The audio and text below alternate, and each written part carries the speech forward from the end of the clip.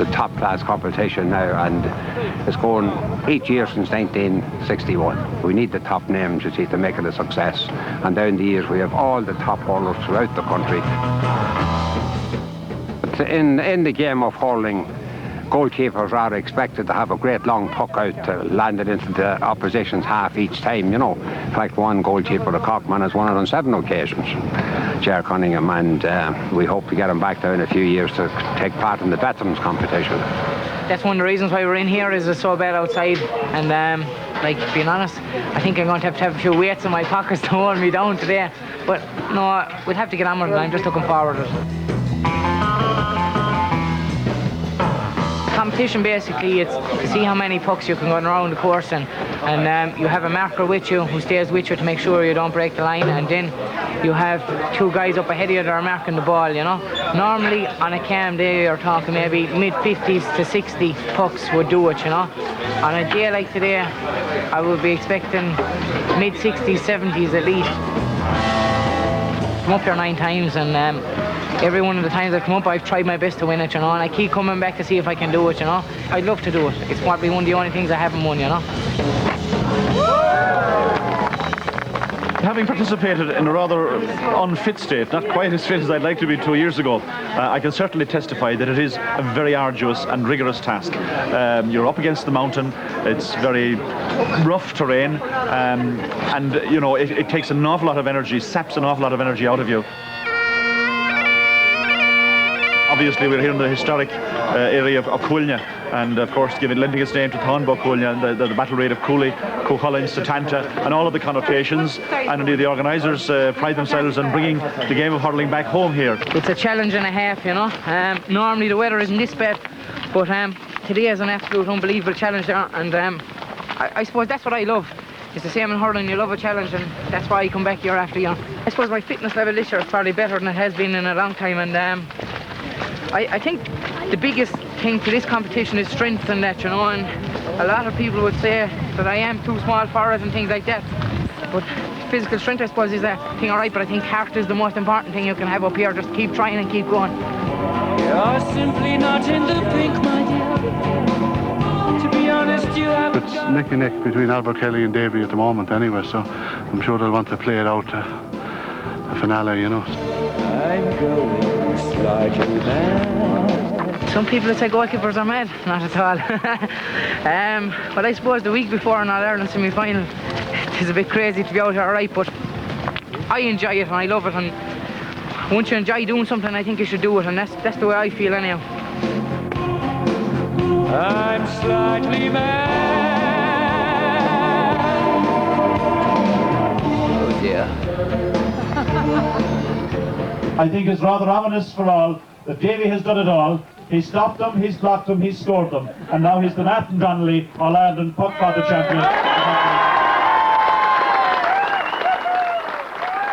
Every element that was there today. You had wind, you had rain, you had fog, you had bad puck conditions, everything. I didn't think the conditions would suit me that well, but I said if I could just concentrate and give it everything I had, which I did today, that I'd be in there with a shout, and thankfully after 9 years of competing, I done it, you know. And hot off the press at number 3, this is the goal I would regard as my best quality finish, but it's not at number 1. Place in the final against Cork at stake. Beautifully in, and DJ Kerr is in the clear. Oh, it's a great goal! This was a very important goal. Dennis Byrne cuts in a long sideline ball. I fielded it and had a little bit of space, ran through and shot from about 17 yards out, and luckily for us it hit the back of the net. The best goalkeeper in the country at the moment. It was nice to beat him with that quality of strike, but it needed to be good. Well, all right. If I win an All-Ireland, I suppose I'd be just so happy at the moment it happened when the final whistle goes. I just kneel down the ground and thank God, I suppose, because it's so much of an effort being put in now by every county around the country that there's phenomenal effort needed, and it's getting harder every year. So I'm around 7 years now at this stage, and it still hasn't come my way at senior level.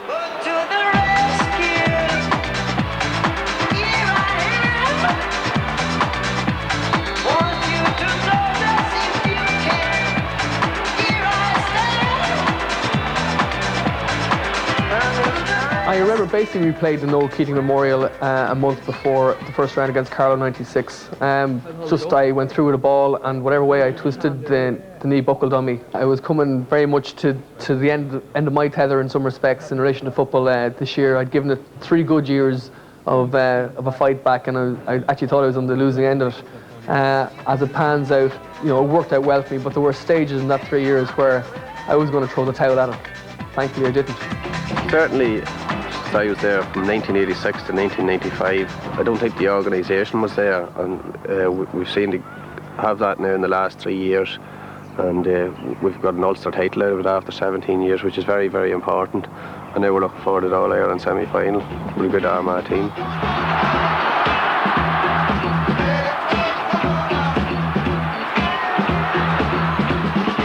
We were never pushed into playing football, but it was just a natural thing. You were brought up with a ball in your hand. You were always destined to be playing football.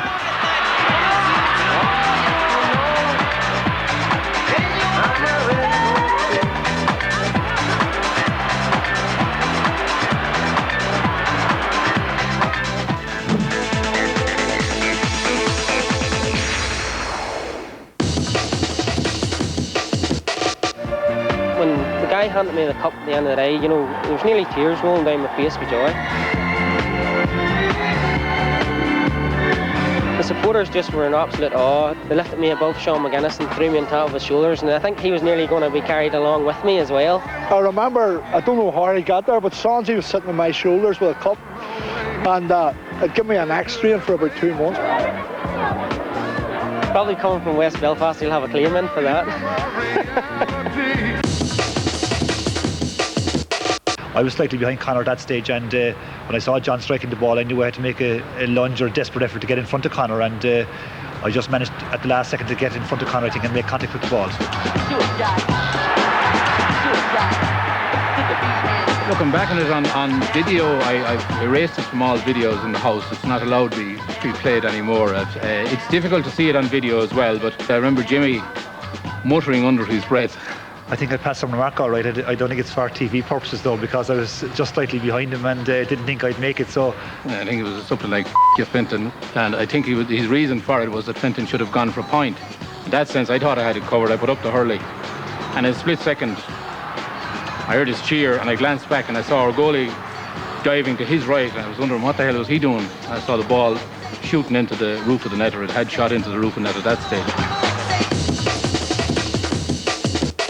Thought about it at least once every day for roughly 15 years, and maybe for the last 5 years I only think about it every second day, but I do, and I will keep thinking about it until I die.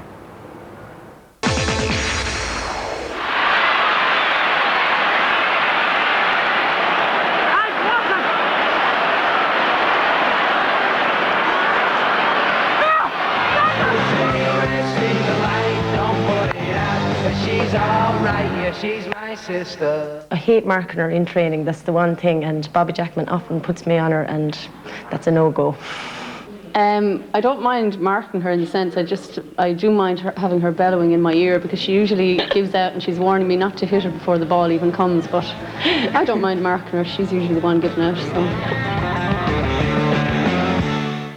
Well, we're up against a very experienced Kilkenny side, a lot of All-Ireland medals amongst that team. But I suppose what we lack in experience, I think with heart and determination, we will definitely bring home the O'Duffy Cup to Tipperary by a pint.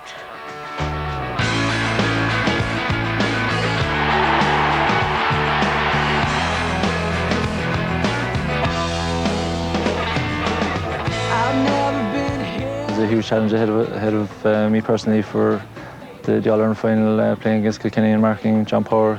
He's a very strong, very good hurler, and he really brings the likes of DJ Carey and Charlie Carter into the game, and I really have my work cut out in the All-Ireland final. The best player is going to be our number 6, like on most teams, and they're going to be strong and they're going to be good hurlers, and I suppose Brian's no different. I suppose he's the best centre back in the game.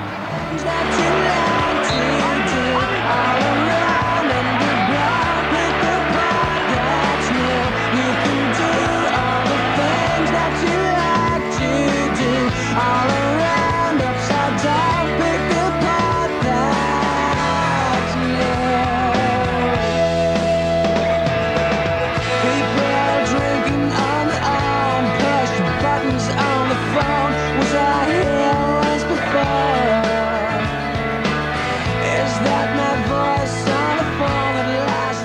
pretty superstitious, which is a source of amusement for a lot of the lads. I'd normally come up to Mocky here on the Saturday before the game and get well loosened out, and at this stage we play all our games in Crow Park. We've had the same team really, so I always sit beside John McDermott in the corner of the dressing room, and Mark Riley is the other side of me.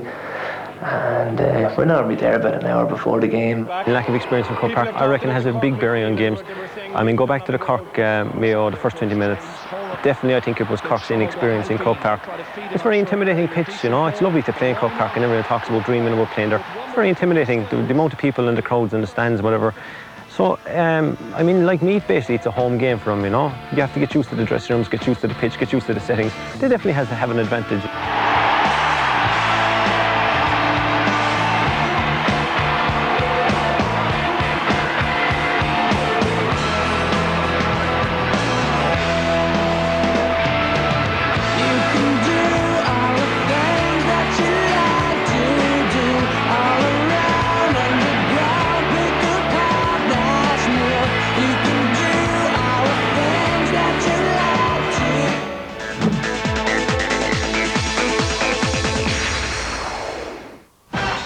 (1966), Cork back in an All-Ireland final after a decade in the wilderness, and Kilkenny fancied to banish them from whence they came. An array of stars and one unlikely hero. I was out farming, and in the morning, 6 o'clock before the cows would come in, you could go sprinting after cows and you could do what you like. You'd have a field of beet, and we'd have about 10 acres of beet, and there'd be 2 of us that tin it, and you'd be nearly a month down on your hands and knees, and you're tinning away from start to finish. In a field about that size now, you'd do about 10 drills a day. And we were I mean, that was bound to be training for the hands. I mean, you're bound to. So we got at our grub in the morning, we were inside in one room, we started to sing song, we got into the bus to go to Crow Park, the Yellow Submarine. Well, we started singing that from start to finish on our way to Crow Park, and we were one happy family. We all live in the Yellow Submarine, the Yellow Submarine, the Yellow Submarine. The spirit was rising and rising. It was going to be very hard to beat us, I think, that time. And if we went on further, if there was another World Cup, we'd still be going, I'd say.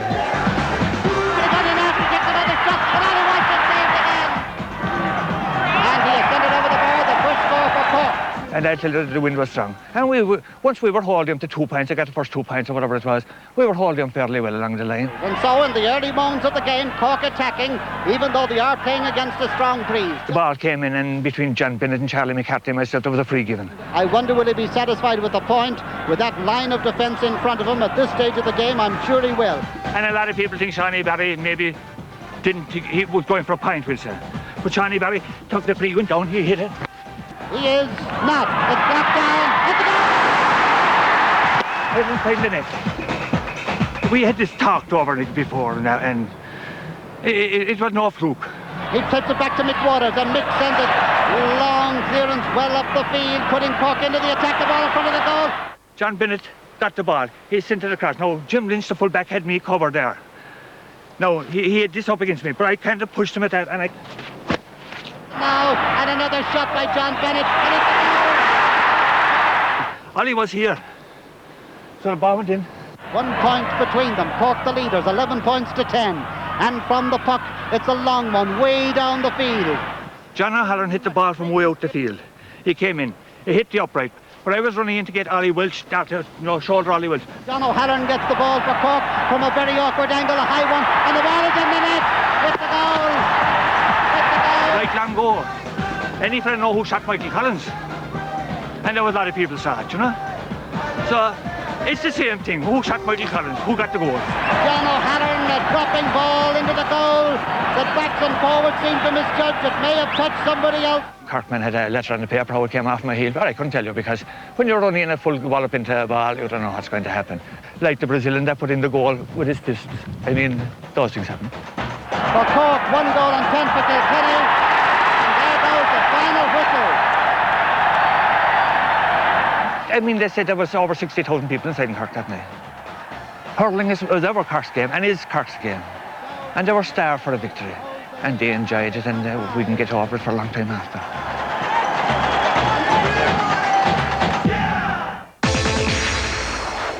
There's nothing like a goal to send them home sweating. Breaking Ball looks back at the goals which brought the crowds to their feet as we announce our top 5. Drum roll, please. 1, 2, 3, 4, 5. Everybody in the car, so come on, let's ride to the liquor store around the corner. The boys say they want some gin and juice, but I really don't wanna be a buzz like I had last week.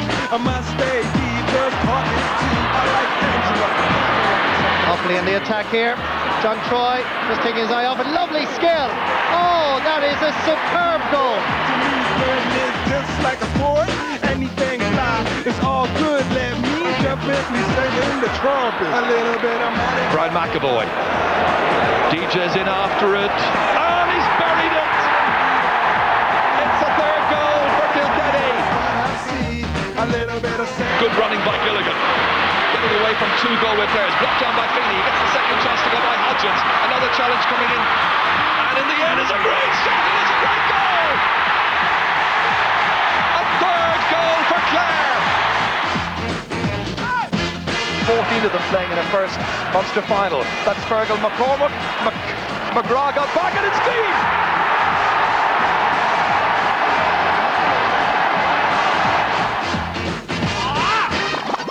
They're probably living on their nerves right now.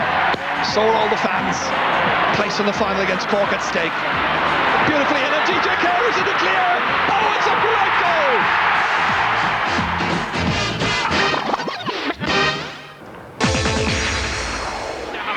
Hassan Naik hold on. That is cool, but it can leave on.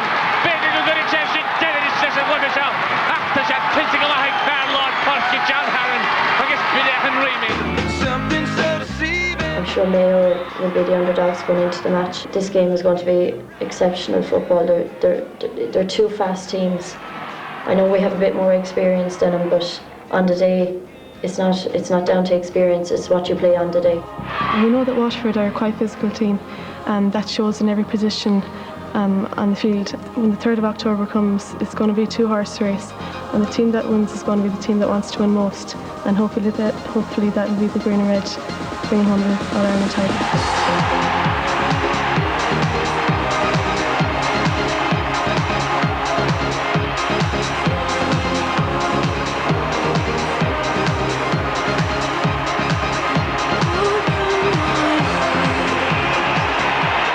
Gaelic football, football by the beach.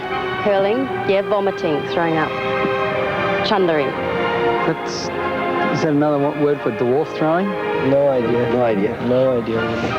Kind of like lacrosse, but kind of without the nets on the end of the sticks. Is it the Gay Athletics Association? Hurling, as in hurling something? Like a log or... When they lift up that big telephone pole and hurl it. GAA? No. Is it an insurance company or something? Gambling Anonymous. Gambling Anonymous.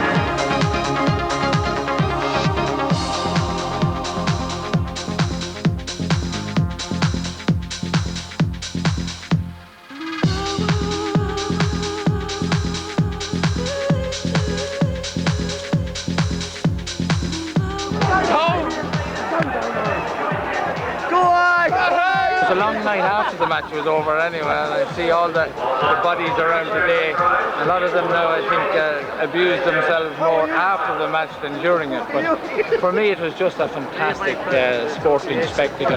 Buckley.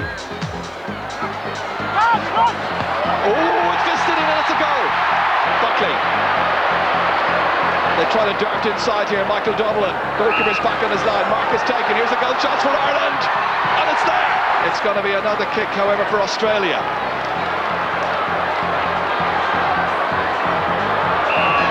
And the timekeepers, I'm sure, are busy at this stage, wondering just how many seconds to add on. In my view, we're over time. That's it. Ireland has won. Well, that's what the bench has thought, but hang on a second. The kick can still be taken, and it's gone off the boot of Nathan Burke. It's gone over. The final points go to Australia, but the series goes to Ireland. It finishes level tonight, 52-52.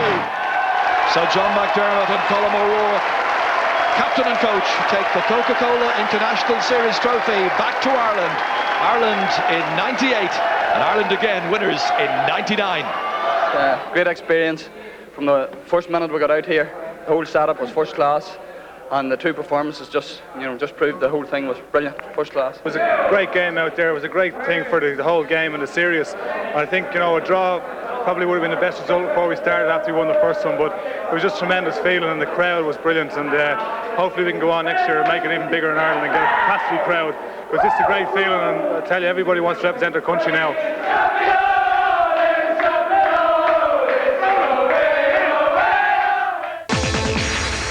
This weekend sees the state funeral of Jack Lynch. Political prominence was achieved long after he had guaranteed his place in the pantheon of Gaelic games.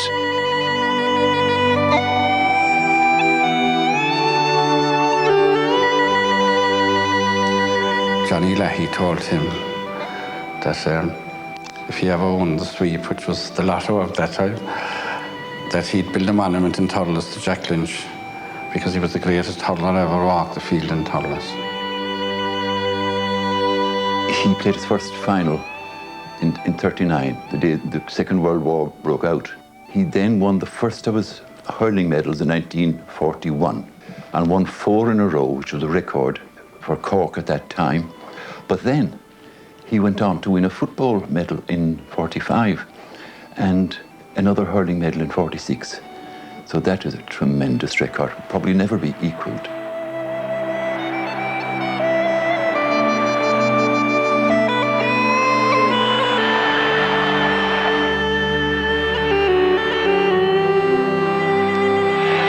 There's a lovely story told about him playing a football match. And the match was down near Bandon, and it was probably against Clonakilty. And in those days, balls weren't very plentiful, and often teams would go out with only one ball. And the pitch was beside the Bandon River. And it is said, someone kicked the ball over the sideline, and it sailed into the Bandon River. And Jack jumped in, swam down, retrieved the ball, and the river was in flood, brought it back out. The game was resumed, and Jack played on to the end in his wet gear. I was thinking last night that he could be described as a kind of a serious Boltady quill, which is a mock heroic ballad which Jack Lynch liked very much, and which describes the numerous and imaginative achievements of Boltady quill. I mean, Jack was that multifaceted man. And I think that makes him more than Ring, the kind of personification of Cork sporting prowess. Jack, I'd say, was more at home among his associates and colleagues of the sports field than he was among politicians and statesmen and women. Meet him at matches around the country, in Thurles particularly, at Munster finals, and Jack mixed with everybody. He was a man of the people. There was a northern politician who was going on and on and on about the North, and Jack, I think he had left politics at this stage, but his eyes glazed over with inattention. He was thinking about something else. And he said to me suddenly, apropos of nothing at all, "Do you remember the great Clonakilty Drum Tariff Games?" Anyway, you look at Jack's life, the real Jack came through. Like, Jack never changed, you know? I remember Jack knows he was a minister, and we were down the old hall down in Blackpool. And I saw Jack playing cards there when he fell into, there was short one to make playing six-handed down. And Jack fell in, play penny a corner down when I think he was the Minister for Education at the time.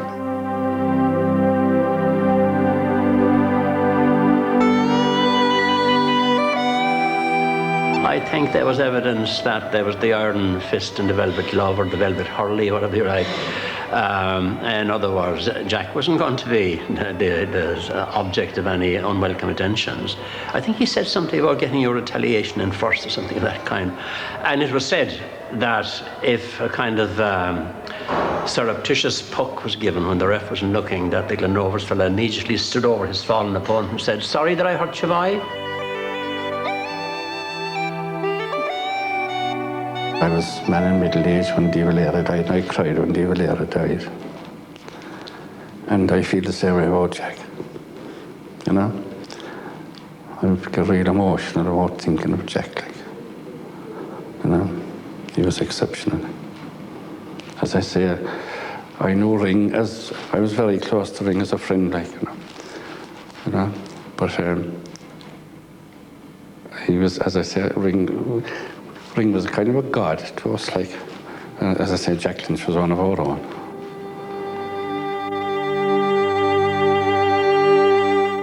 So this is Christmas. We leave you with the final roundup of the champions. Breaking Ball will be back with more GAA action in the spring. Another year over, and you won't just begun. And so this is Christmas. I hope you had fun. The near and the dear one, the old and the young. It's on, is it? Colum, we want to go to Australia. Let me shot in the Ireland field, you matter what. Pull! Oh, I turn it on, it would be handy. What I'm trying to do is something like this. Oh, Jesus Christ. Your coordination is great this hour of the morning. Definitely, you could feel it all over town, but we go straight to the All-Ireland semi-final. Get in. I'm delighted for the whole Cork team today, I thought the whole team are fantastic on there.